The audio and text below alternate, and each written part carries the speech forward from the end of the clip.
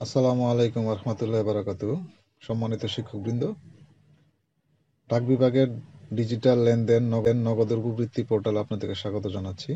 আপনারা অবগত আছেন 2021 সাল থেকে প্রাথমিক বিদ্যালয়ের সকল শিক্ষার্থীর উপবৃত্তির টাকা নগদের মাধ্যমে পরিশোধ করার জন্য যে পরিকল্পনা গ্রহণ করা হয়েছে, তারই ফলশ্রুতিতে অনলাইনে উপবৃত্তির তালিকা তৈরি, হালনাগাদ এবং ডিমান্ড স্কুল নিজেরাই যেন তৈরি করতে পারে অভিজ্ঞ টিচাররা, সেজন্য স্কুল-ওয়াইজ ইউজার পাসওয়ার্ড তৈরি করে সংশ্লিষ্ট উপজেলা শিক্ষা অফিসে দেওয়া হয়েছে। তো আজকের ভিডিওতে আমি আপনাদেরকে দেখাবো যে এই ইউজার পাসওয়ার্ড আপনারা কোথা থেকে সংগ্রহ করবেন এবং ইউজার পাসওয়ার্ড ব্যবহার করে কিভাবে নগদে প্রাথমিক শিক্ষা উপবৃত্তি পোর্টালে প্রবেশ করতে হয়। তো চলুন ভিডিওটি শুরু করি।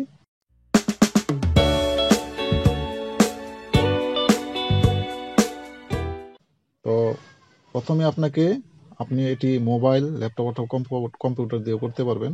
তো প্রথমে আপনাকে আপনার মোবাইল অথবা কম্পিউটারে একটি ব্রাউজার ওপেন করতে হবে। তো আমি ওপেন করছি গুগল ক্রোম।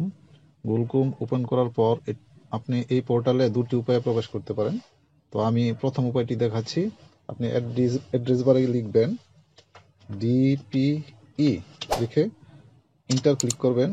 ক্লিক করার পর দেখুন এখানে একটি লিঙ্ক এসছে, প্রাথমিক শিক্ষা অধিদপ্তর। এখানে ক্লিক করবেন। ক্লিক করার পর একটু নিচে আসবেন। দেখুন নিচে আসার পর এই যে একটি অপশন আসছে, নগদের উপবৃত্তি প্রদানের পোর্টাল লিংক, এখানে ক্লিক করবেন। দেখুন এখানে এসে গেছে প্রাইমারি এডুকেশন স্টাইপেন্ড প্রজেক্ট। তো এখানে আপনি আরেকটি উপায়ে প্রবেশ করতে পারেন, এই অ্যাড্রেস বারে আসতে পারেন। সেটা কিভাবে? সেটা এরকমের। আমি আবারও অ্যাড্রেস বারে যাচ্ছি। অ্যাড্রেস বারে গিয়ে লিখবেন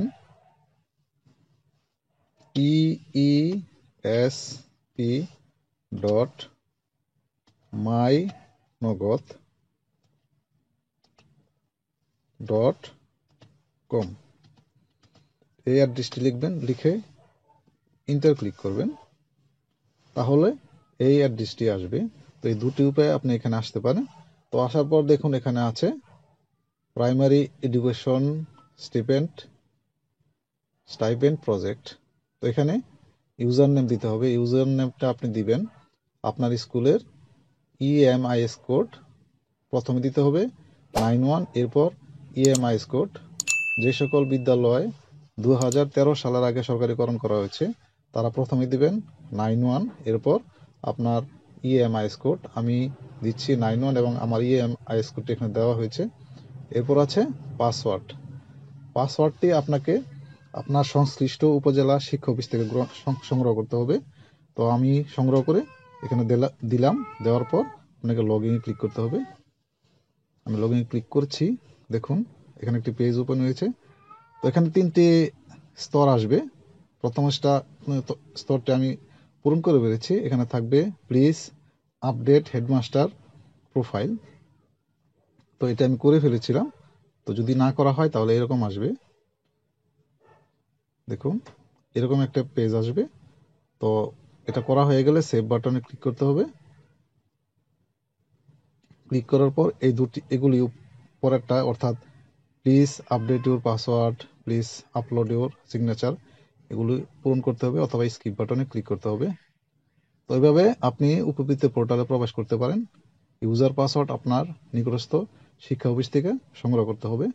তো এরপর কিভাবে স্কুল ওয়াইজ আপনি উপবৃত্তি পোর্টালে কাজ করবেন, কিভাবে তালিকা তৈরি করবেন, হালনাগাদ করবেন, ডিমান্ড স্কুলের নিজেরা ডিমান্ড শিট তৈরি করবেন এবং আপলোড করবেন এবং ভেরিফাইড করবেন। তো এরকম আরেকটি ভিডিও আমার ভিডিও ডেসক্রিপশনে দেওয়া আছে, দেখলে অবশ্যই উপকৃত হবেন।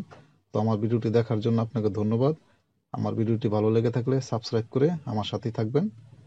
ধন্যবাদ আপনাকে ভিডিওটি দেখার জন্য।